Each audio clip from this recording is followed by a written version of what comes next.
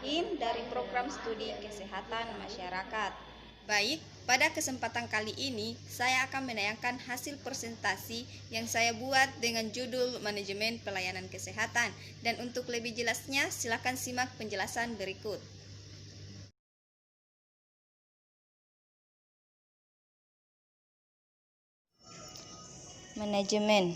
Manajemen adalah suatu proses yang membeda-bedakan atas perencanaan, pengorganisasian, penggerakan, pelaksanaan, dan pengawasan dengan memanfaatkan baik ilmu maupun seni agar dapat menyelesaikan tujuan yang telah ditetapkan sebelumnya. Ciri-ciri manajemen ada 6. Yang pertama, manajemen diarahkan untuk mencapai tujuan. Yang kedua, manajemen sebagai proses perencanaan, pengorganisasian, penggerakan, pelaksanaan, pengarah, dan pengawasan. Yang ketiga, tersedianya sumber daya manusia dan material. Yang keempat, mendayungkan atau menggerakkan sumber daya tersebut secara efisien dan efektif. Yang kelima, terdapat orang yang menggerakkan sumber daya tersebut. Dan yang terakhir, penerapan manajemen berdasarkan ilmu dan juga seni atau keahlian yang harus dimiliki oleh manajer. Baik, kita masuk materi selanjutnya yaitu manajemen kesehatan. Manajemen kesehatan adalah suatu kegiatan atau seni untuk mengatur para petugas kesehatan dan non-petugas kesehatan guna meningkatkan kesehatan masyarakat melalui program kesehatan.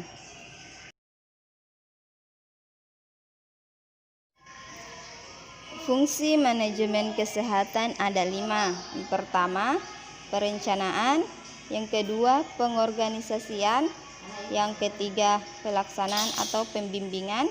Yang keempat, pengawasan. Dan yang kelima, yaitu evaluasi. Fungsi perencanaan atau planning. Perencanaan merupakan fungsi terpenting dalam manajemen.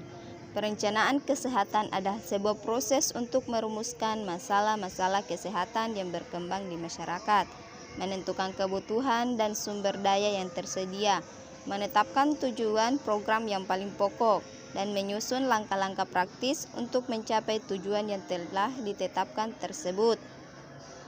Dengan perencanaan dapat mengetahui tujuan yang ingin dicapai, jenis dan struktur organisasi yang dibutuhkan, jenis dan jumlah staf yang diinginkan, dan uraian tugasnya. Fungsi pengorganisasian.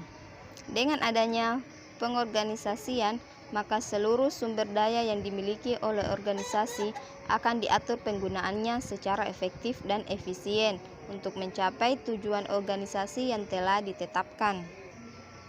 Dengan pengorganisasian, seorang pemimpin akan mengetahui pembagian tugas secara jelas, tugas pokok dan prosedur kerja staf, hubungan organisatoris dalam struktur organisasi, pendelegasian wewenang, dan pemanfaatan staf dan fasilitas fisik yang dimiliki organisasi. Fungsi pelaksanaan dan pembimbingan. Pada fungsi ini lebih mengarahkan dan menggerakkan semua sumber daya untuk mencapai tujuan yang telah disepakati. Beberapa hal yang dapat menggerakkan dan mengarahkan sumber daya manusia dalam organisasi yaitu peran kepemimpinan atau leadership, motivasi staf, kerjasama antar staf, dan komunikasi yang lancar antar staf. Fungsi pengawasan. Melalui fungsi pengawasan, standar keberhasilan program telah dibuat dalam bentuk target, prosedur kerja, dan sebagainya harus selalu dibandingkan dengan hasil yang telah dicapai atau yang mampu dikerjakan oleh staf. Pemimpin bisa mendapatkan data pada saat melakukan pengawasan dengan 3 cara. Yang pertama, pengamatan langsung. Yang kedua, laporan lisan dari staf atau pengaduan masyarakat. Dan yang ketiga yaitu laporan tertulis dari staf. Fungsi evaluasi. Tujuannya yaitu untuk memperbaiki efisiensi dan efektivitas pelaksanaan program dengan memperbaiki fungsi manajemen.